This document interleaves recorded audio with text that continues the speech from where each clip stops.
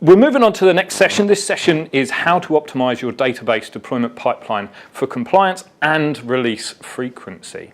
And for those of you who remember the last SQL in the City streamed event, I spoke around the early part of this topic last time. And what I'm going to do is build on top of what we did last time to actually add in this compliance element and make sure that we're testing and checking and making sure that all of those database changes that flow through our deployment pipeline are the right changes, the right things that we want to deliver out to production. So for those of you who didn't see me speak last time, let me introduce myself. My name's Tom Austin. I'm Head of Pre-Sales Engineering here at Redgate Software. I've been at Redgate for, well, actually it was my 10-year anniversary last month. And what that reminded me of is that actually it's my 7th year speaking at SQL in the City events. So 7 must be my lucky number. So throughout my time at Redgate, I've really focused on helping our customers to deliver change to their databases more effectively and more efficiently. So in the very early days, this was all about using tools like SQL Compare to produce manually the deployment scripts that could be applied to the environments further up the chain. However, more recently, we've seen the adoption of agile principles. And of course, these days, we talk about Devops. Everywhere I go, everybody wants to talk to me about Devops. Some people don't even know what they mean when they're talking about Devops, but they know they want it. It's that popular. So we're going to continue our look at how we can apply those DevOps practices and DevOps principles to the database today. So a brief agenda. We got a sneak peek. Steve mentioned that we're going to be talking about SQL change automation. I am indeed going to be talking all about SQL change automation. I feel like I've kept this a big secret. I gave a presentation at a user group over near Reading earlier on this week, and it was the day after the emails had gone out informing our users that we were going to be releasing this brand new name, SQL change automation. And of course, I hadn't considered this. I turned up to this user group. There was a sea of people there. I put my first slide on the screen. Everybody's hand went up. I said, well, what's going on? And everybody went, are you not telling us what this new SQL change automation is all about? Well, for all of you who were there, I'm here today to tell you exactly what it is. So don't worry, we're going to cover that. I'm also then going to use SQL change automation to build on those basic elements that we put together in the last SQL in the City streamed event. If you were unable to join us last time, then by all means head on over to the SQL in the City streamed website. You can watch the recording there and see what we did last time. But I'm going to go through the basics of that again, build on top of it to add those extra bits that we spoke about earlier, all around that testing and compliance element. So it wouldn't be a DevOps presentation without offering upfront a definition. As I've said 100 times before, everybody has their own definition of DevOps. And I'm not going to add to that. I'm going to use Donovan Brown's because it's the one that I feel most comfortable with. And Donovan, who is the Principal DevOps Program Manager at Microsoft, he says that DevOps is the union of people, process, and products to enable continuous delivery of value to our end users. And this, we heard Grant speak earlier about how it's not the products that make it happen, but the products make it a lot easier. So by using the right products, we can put in place the right processes which help get the people on board to the right culture that you need to deliver these types of changes. And if we look at our COG, which identifies some of the areas that collectively make up database DevOps, today we're really going to be looking at this kind of area of development, building, validating and testing, all the way around to releasing our database changes to our target environments. But also as part of that, we're going to look at how we can provision some environments along the way to make sure that we're delivering our changes in a way that we can test, but making sure that those tests are compliant with any relevant regulations as well.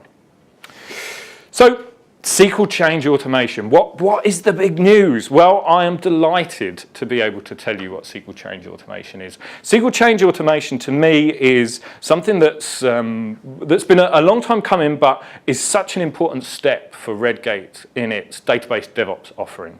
And many of you will feel at the end of this presentation like you're somewhat familiar with SQL change automation. And the reason why that is actually SQL change automation represents the coming together of Redgate's two alternative approaches for automation with the SQL toolbelt.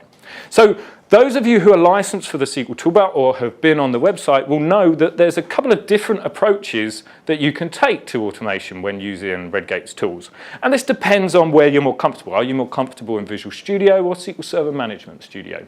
Are you more comfortable with a state-based approach or a migrations-based approach? In reality, both of these approaches are a hybrid. They take the best of both worlds. So what we wanted to do is to start removing some of the complexity and some of the decisions that have to be made by your organization so that you can implement automation in a way that makes sense for you without having to consider all of the possible future hurdles that you might face.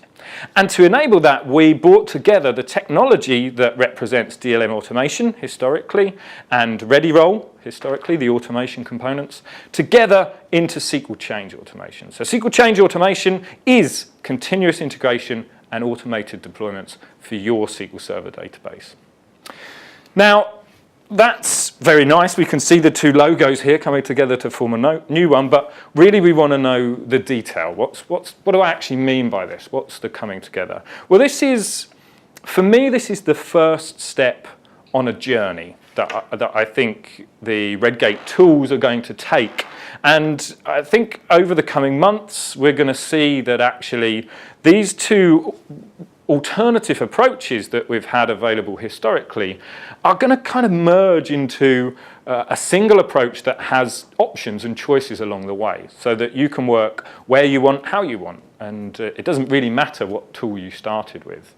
Now, half of the problem comes from the many components that come together to make up this ability to put in place automated deployment pipelines. So if we look at the slide that's on the screen at the moment, we have one approach, the ReadyRoll approach, which is based around a Visual Studio extension. So you install the extension in Visual Studio, and that allows you to capture database change and add that to your ReadyRoll project within your Visual Studio solution and add that to source control. And we then have MS Build, which we use to kind of build and validate that project. And then further down the line, we use some very specific ReadyRoll PowerShell to enable the release element, to take the artifacts that are produced from that build process and apply those updates to the target environments. Now, on the other side of that, we had SQL Source Control. SQL Source Control has, I guess, two purposes in life. First of all, it's there to capture an audit trail, a history of the state of your database. But also, it's the foundation for a state-based continuous integration and continuous deployment solution. So off the back of SQL Source Control, we were able to use our DLMA, Database Lifecycle Management Automation components that you can see represented at the bottom of the screen here, to build and validate that new version of the database code that was captured in the source control repository. And then again, some DLMA specific PowerShell commands on the release side of things. And we also provided some plugins to wrap up that functionality. Now, to simplify this approach, what we'd like to do, and what we have done with SQL Change Automation, is to take that latter part of the chain, so the ability to build and release changes to environments further up the chain, and bring them together in one single offering, SQL Change Automation. So at the beginning, we still offer you the ability to work with a Visual Studio extension or using SQL Source Control as a starting point. But beyond that, you can use SQL Change Automation tasks regardless of the project format that you've chosen to go for. And this also has the side benefit that if you ever change your mind and decide that you want to now work with a Visual Studio project rather than a SQL Source Control project, then you can keep that same pipeline in place because it supports either one of these two. So let's think about how we might see this in practice. Now, here is a typical automated deployment pipeline. It's the slide that I used at the start of the demonstration last time SQL in the City streamed. And we showed you how you can capture your database change in source control, put together an automated build process that will validate that change, and then take that change and deploy it out to our target environments. Now, back then, we used the ReadyRoll components. Today, I'm going to use SQL Change Automation. So let's switch over here into my virtual machine. And I'll just talk you through very briefly what I've got set up. So here I have my solution in Visual Studio, Redgate University. I've called this project. This is just a sample database. It doesn't relate to anything else that you might hear about today, of course. And you'll see that I've already actually captured a baseline for this particular database schema. And I'm not going to go through this process again, but there's a really helpful wizard that allows you to do this very, very easily. So as soon as you've actually connected your project to a development database and a deployment target, all of this is kind of done for you. But we can see here, this is our starting point. This is our baseline initial schema that's already been captured into the project. I've actually committed this already into our source control repository. I'm using TFS today. I could be using VSDS. I could be using any other source control system that you would prefer to work with. But I've done that already, and if we switch over into my web browser, you can see here that we've got those files in the source control repository under this Redgate University folder. So my starting point's ready. What I haven't done yet, as you will have seen earlier, is set up continuous integration. So I haven't put in place that automated build process that's going to enable us to take the files from the source control repository and validate them automatically every time a new version exists in there. So let's do exactly that. I'm going to click Setup Build, and I'm going to choose to start with an empty process. And for my agent, in this case, I'm just going to use the default agent, which happens to be a local agent in this case. If I was using VSDS, I could use a hosted agent. That's absolutely fine. Everything that you'll see today works in exactly the same way. So the first task is to get my sources from the source control repository. And now to add a task to this, I'm going to search for SQL change automation build tasks. And so here we have this brand new task that was released as part of the SQL change automation release on Monday, and I can drop that in to my build process. Now, if I click on this, this is where you'll notice the first difference. Previously, if you search for Redgate in the task catalog, you would have seen two different options. You had the DLMA build components, or you had the ReadyRoll build components. Now there's just a single task set called SQL Change Automation build components, and if you look here, we have a drop down that enables you to choose what is your source project format. So in this case, we're working with a SQL Change Automation project format, or the Visual Studio project format, which is most familiar to those people who have historically used ReadyRoll. But if I wanted to, I could point this at a SQL source control project in a source control repository. So we get to choose here. Same task, we just choose which project format we want to use. So once I've selected that I want to build my SQL Change Automation project, I then point it at this project. I'm just going to browse to my SQL proj file. And I'm going to specify the name for the package that gets output as a result of this build task. So once everything's been validated, we're going to produce a package which can be passed on to later events in the chain. So I'm going to call this RGU, and I'm going to append a version number. So I'm going to use the build number as the version number. And just to give us some slightly more useful build numbers, I'm going to say that the build number format is going to be 10 and then whatever the build ID is. So build.build ID. There we go. I can also set a trigger. So maybe I want this to build every time there's a new version of the code detected in the source control repository. So I just turn this switch on, and let's save and queue that, and we should very quickly see that we have a new build running, 1037 in this case. And this is going to go through that same validation process that we are familiar with from a ReadyRoll point of view, except now we're calling it SQL Change Automation. So rather than dwell on this, we'll come back and see the result of this in a minute. But of course, once we have a successful build, the next thing we want to be able to do is take the artifacts that are produced by the build and use those in a deployment pipeline. So I'm going to configure a release definition next to allow us to take whatever comes out of this build and pass it on to deploy to our target environment. Now, so that you can see where these are going, if I actually open the SQL Server Object Explorer, you'll see I've got here my Redgate University dev database and this Redgate University database. Now I'm going to use Redgate University as my target, and unsurprisingly, Redgate University _dev as my development database. Now these are exact copies of one another at the minute. You can see these have the exact same set of tables, they have the exact same data in them, which we'll touch upon shortly. But what I want to do is to make my changes in the development database, commit them into the source control repository, and then after that automated build process is completed, I'm going to deploy those changes out to my Redgate University target database.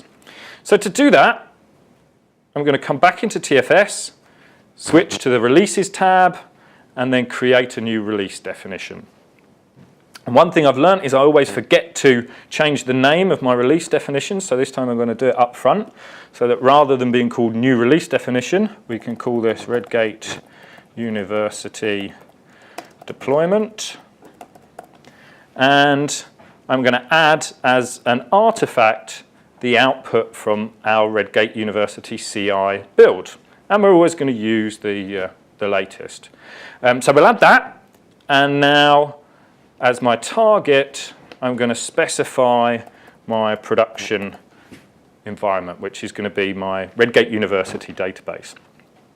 Now to carry out this deployment, I'm going to have to add some tasks. And I'm going to do something slightly different to the way that we did it last time. I'm actually going to add 3 phases. So I started with an agent phase.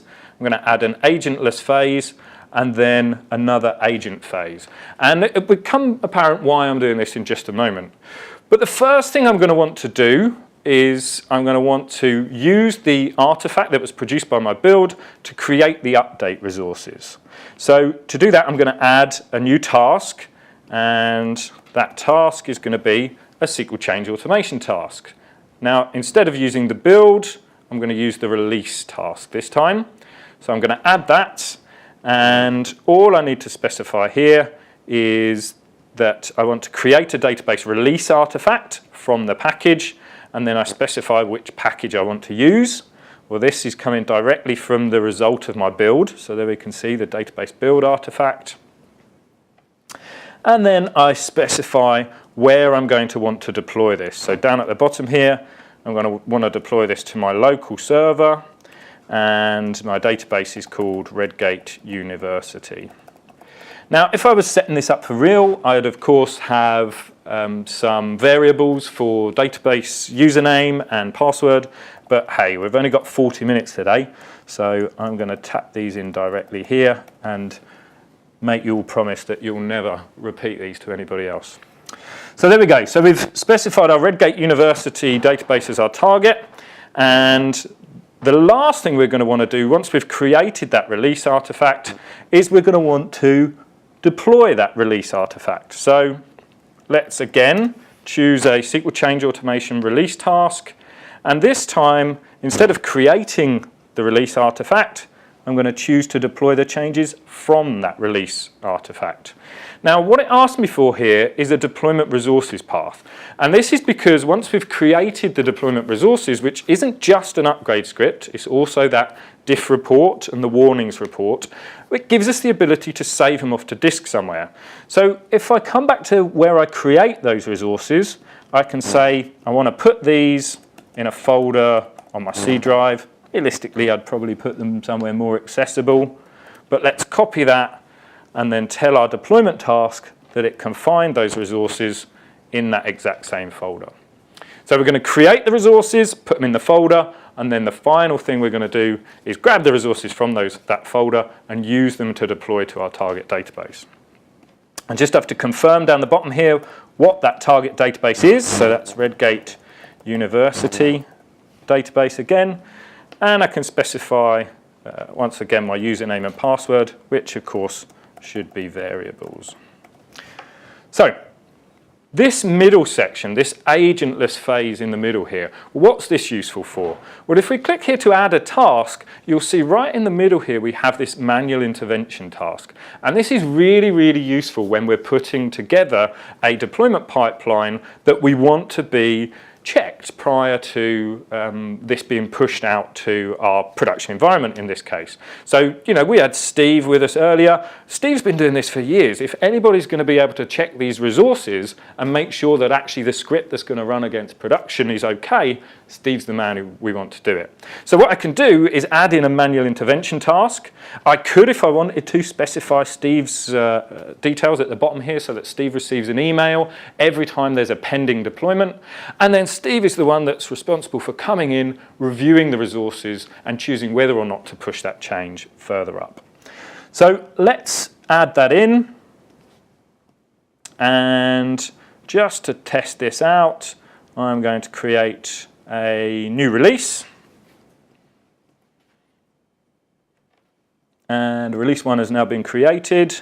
Now, of course, nothing's going on yet, so you know, there's not going to be anything to review this time. But the next time when we make some changes, we should be able to see exactly what's happened. Okay, so that's running. So that's what we had last time, only I've recreated that using SQL change automation rather than the ready roll components that we saw previously. So if I head back into my slides for a moment here, the purpose of me talking to you today is about what we can add to our pipeline to ensure that we're doing things in a robust, reliable, compliant way. And actually, as part of that, we have a kind of extension to this diagram. And one of the problem areas that we see coming up time and time again with the customers that I work with, and we've heard it from all across the different teams here at Redgate Software, is that actually being able to provision testing environments automatically and quickly is a real challenge for people. It's great being able to run through these automated builds and perhaps run some tests as part of it, but actually ultimately what we want to do is test the deployment against a production-like environment. The closer our deployment target is to production when we first do it, the more confidence we can have that when that deployment actually reaches production, it's going to behave in the same way and it's going to work as expected. And so what I want to look at now is how, first of all, we can add some very lightweight tests. Grant mentioned in the session just previously about once you start having 1 or 2 tests in there, you start feeling the benefit. So just a couple of checks in there maybe that make sure that no release gets created unless a certain set of criteria are satisfied. And then add to this so that actually we create a copy of our production environment to run a rehearsal deployment against. And we can do that using Redgate's provisioning technology, SQL Clone and SQL Data Masker coming together to allow us to create copies of databases. Now, I mentioned that actually I've got the same data in production as I have in development earlier on. Of course, that's terrible. I should never have that. So what we could also use this for, as you'll see on the diagram here, is actually using this technology to create our development environments in the first place. And then actually what you're doing is you're giving your development team databases that very, very closely resemble production. I mean, you couldn't get more close to production than a clone of it, just with the data masked along the way. So we're removing the sensitive information. So let's see how we would do this. So I'm going to switch back into my virtual machine. And the first thing I'm going to do is to come into my build definition. And within my build definition, I'm going to add a new task. So let's edit this build definition. And the build task I'm going to add is, again, a SQL change automation task.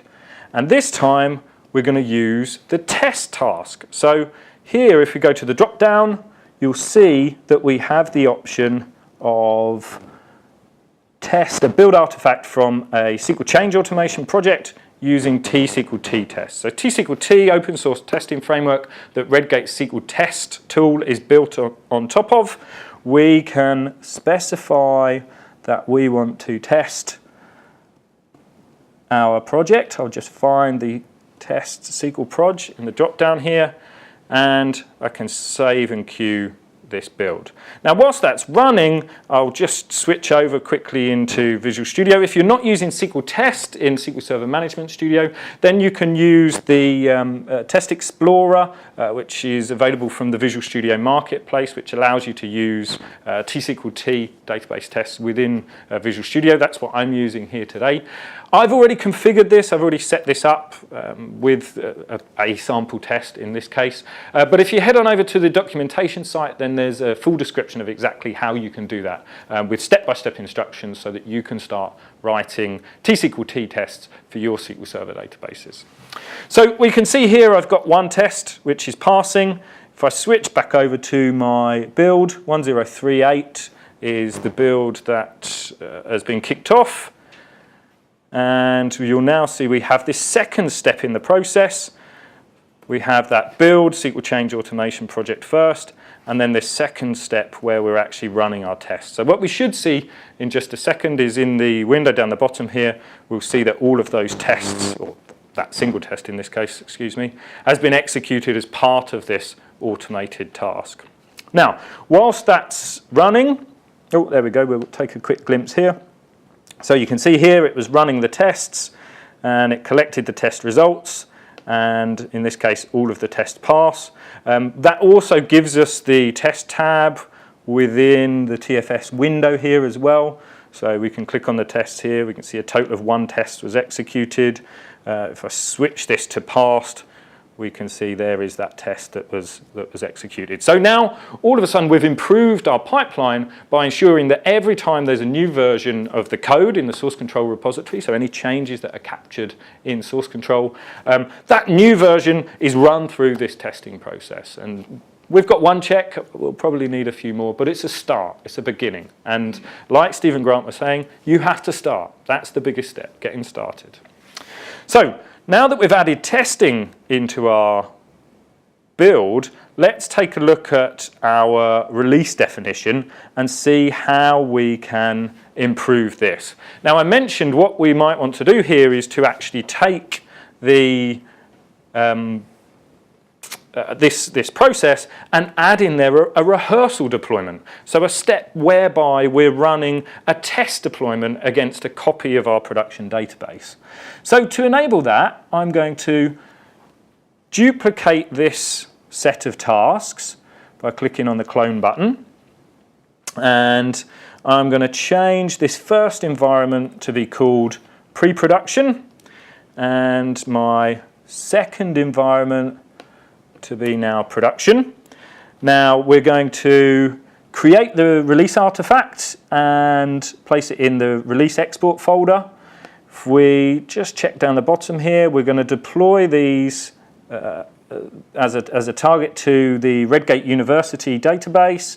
We've got our username and password there, which is incorrect, which is likely why we saw that deployment failure just a moment ago. So we've got our manual intervention step in the middle, and I'll just check the password and username on this side. Yeah, it's all looking good. Okay, so let's save these off and go and take a look at this pipeline. So our production deployment is on that far end.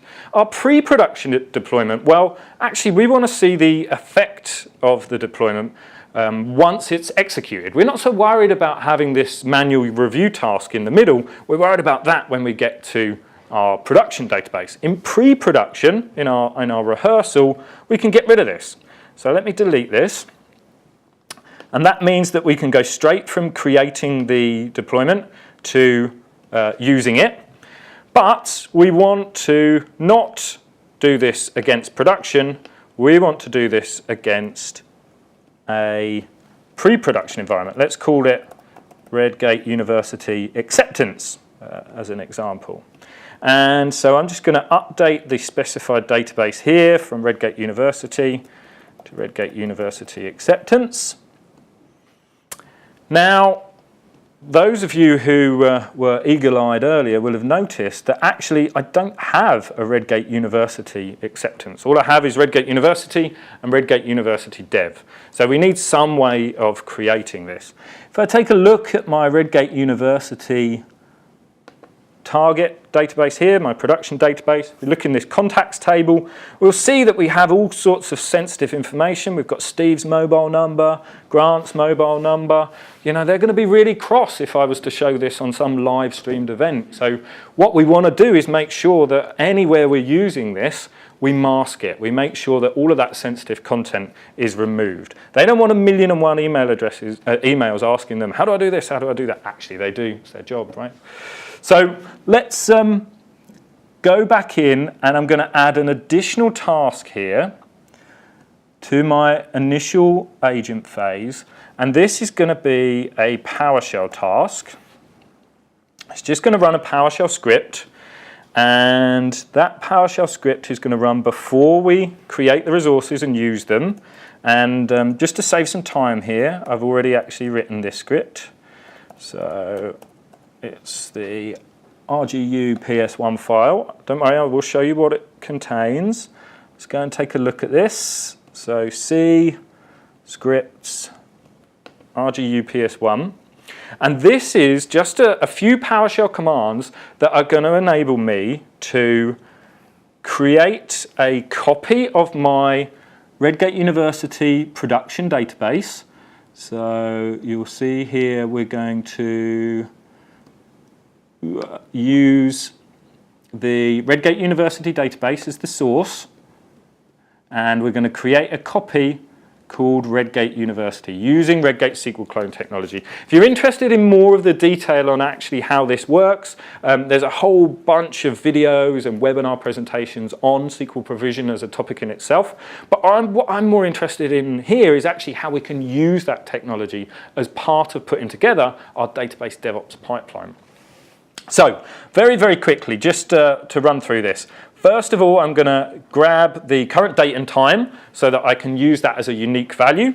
I'm then going to delete any existing cloned databases called Redgate University Acceptance. I'm then going to create an image which is going to use that unique number so that every image I create is uniquely identifiable. And that image is going to be a copy of my production database. I'm then going to run a modification script, or a masking set in this case, to remove all of the sensitive information from the image. And then I'm going to provision a copy of that image as a brand new database called Redgate Acceptance, which you can see just in this bottom line down the bottom here. So before we plumb this into our pipeline, let's give this a test. Let's execute this. But so you can see what's happening, I'm just going to open the SQL clone dashboard in the background here.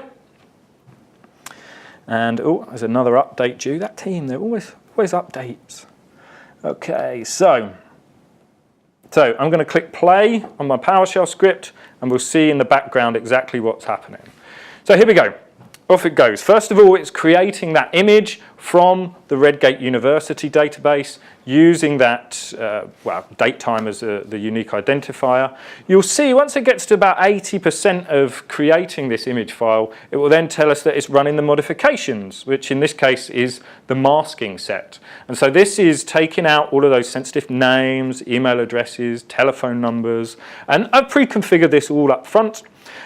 Once it's done that, you'll see it's now making a clone of that database available, and that little green dot is telling me that that database is now available and ready to interact with. So actually, if I come in here and refresh my list of databases in the Object Explorer, we'll now have this Redgate University acceptance database. And this is a copy of our production database, but crucially, if I take a look in this contacts table, what we'll see here is it's no longer those values that we saw in the production environment. So we've now got Leonard Betts and different telephone numbers, a different address, but we have got email addresses that match. So leonard.betts at example.net, it all still makes sense. We've kept the integrity of the data sound, but removed the sensitivity of it. And this is fine. This is what we want. This is what we want in our testing and development environments. Something that's very, very realistic, but is not real, personally identifiable information. So let's plumb this into our process finally by heading back into the definition. And so we're going to run the PowerShell script to create this acceptance environment. Then we're going to create the release artifacts. And then finally, we're going to deploy from those release artifacts as well. I don't need this secondary agent phase anymore, so I'm going to remove that and save this off. And let's come back into our builds and get ready to test this out. So what I'm going to do is come into my development database, and the first thing I'm going to do is to make a change to one of our stored procedures. So let's come down here and say that actually we want to amend this get contacts. Oh, very nearly did it in the production environment there. I definitely don't want to be doing that. Let's go down here into Redgate University Dev. And what we'll do is make a change to this stored procedure and perhaps make another alteration. I'll perhaps update one of the tables as well, maybe add in a new column. I think last time we did this, we added a Twitter column. Let's do that again.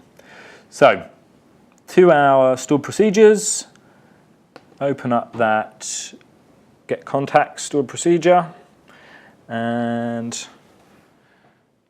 let's expand that wildcard. There we go. And I can apply that change to our development database. And of course, when I want to import this change into my project, all I have to do is click refresh in the SQL change automation window at the bottom of the screen here.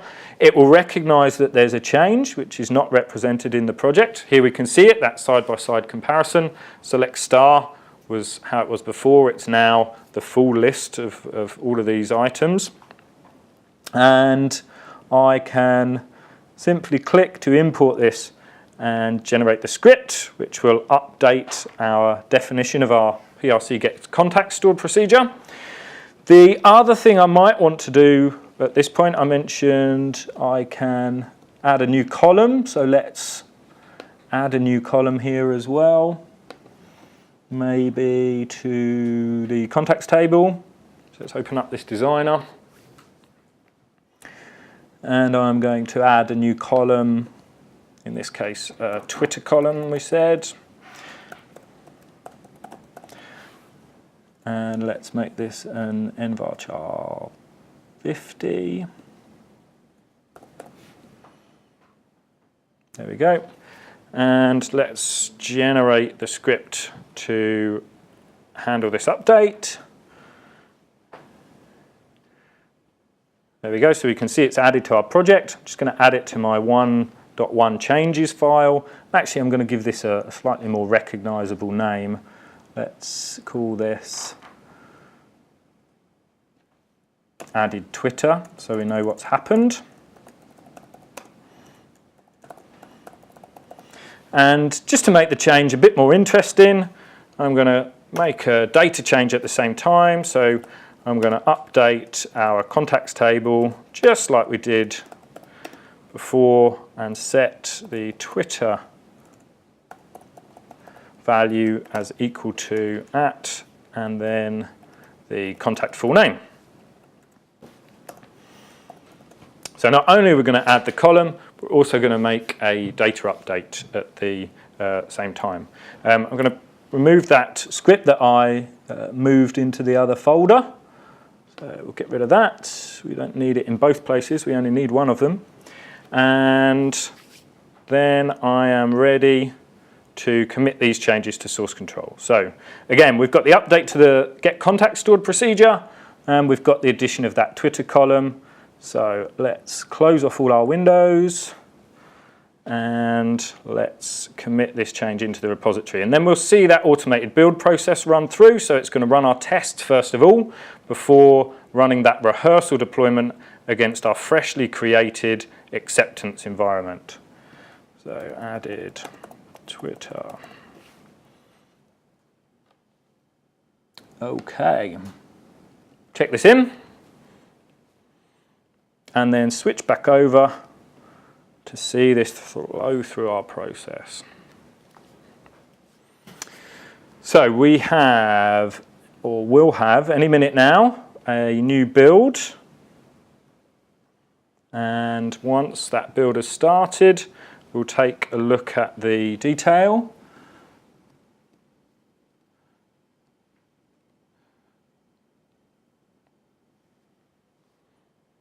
There we go. So refresh this screen. Okay, so our build's in process. We have build 1039. And so remember, we've got two tasks here. The first thing it's going to do is go through that build task to validate the change. And then second, it's going to run through those tests that we added as that second SQL change automation test task. Once that's completed successfully, it will produce the artifact and pass that on to our release process. And remember now, as well as ultimately creating the resources to deploy out to production with that pause in the middle, we're also going to run that rehearsal deployment to our Redgate University acceptance database, which we've copied as a clone from production, but we've removed all of the sensitive data along the way using that SQL clone technology, SQL provision that we mentioned earlier.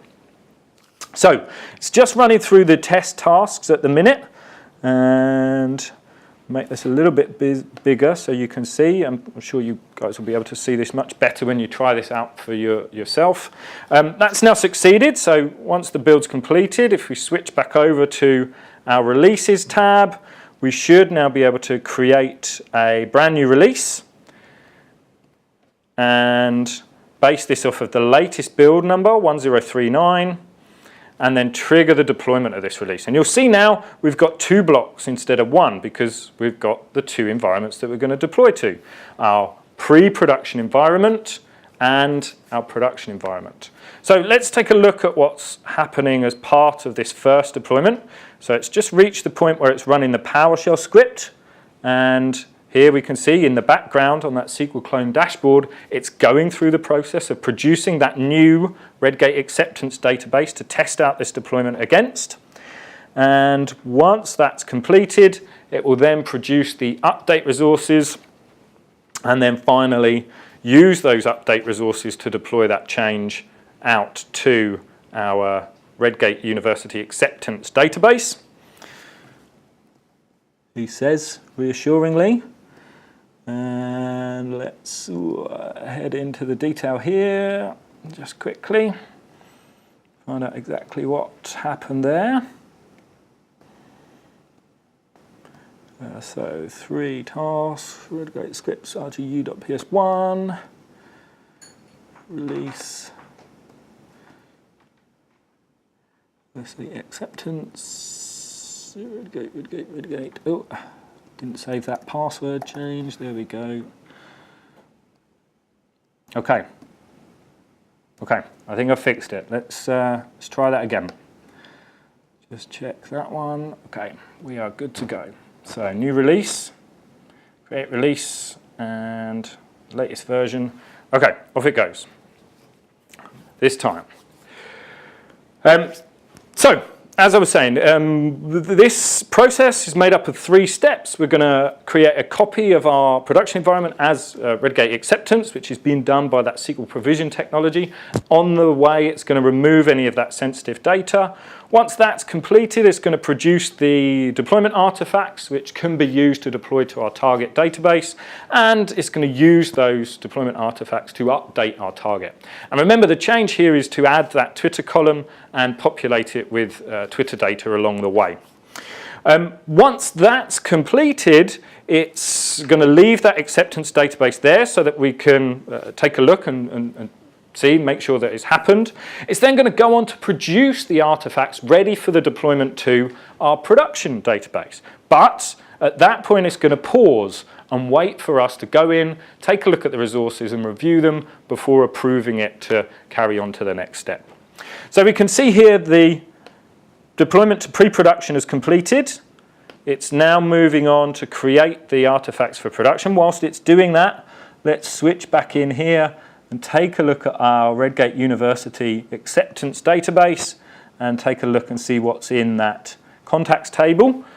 And we can see here that we have no sensitive data. So all of those values that we saw earlier are gone. But what we do have is this brand new Twitter column that was available for us there. I think we've had a slight hiccup here because I didn't save the change that I made to this particular column, which is why it hasn't included that update statement. So what I should have done after I've done this, update Twitter, so as equal to @ plus contact full name, go, was of course click the save button at the top here. Anyway, we can see that next time.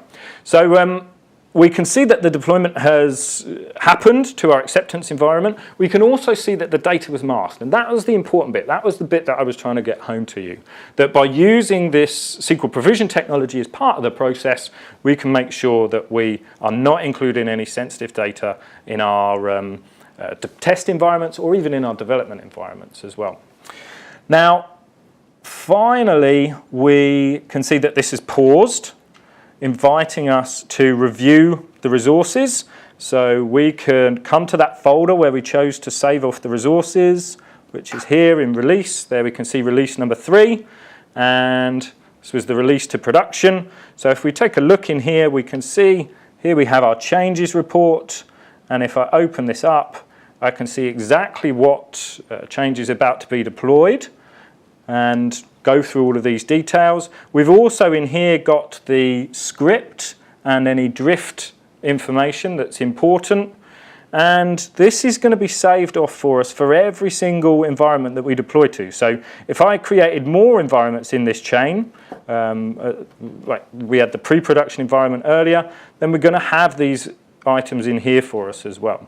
So you can use these to review each and every change that goes through your process. And like we said, configure those emails so that we get them checked before the deployment takes place. Now, let's switch on back to the slides because I just have one final point to make.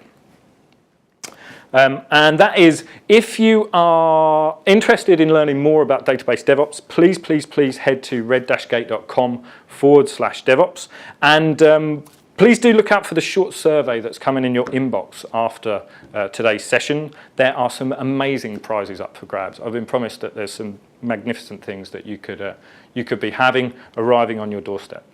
So everybody, I'm a little bit over time. I apologize for that, but thank you so much for joining me today so that we could look at exactly how we can include some testing and make sure that our deployment process is compliant by removing all of that sensitive information from our testing and development environments.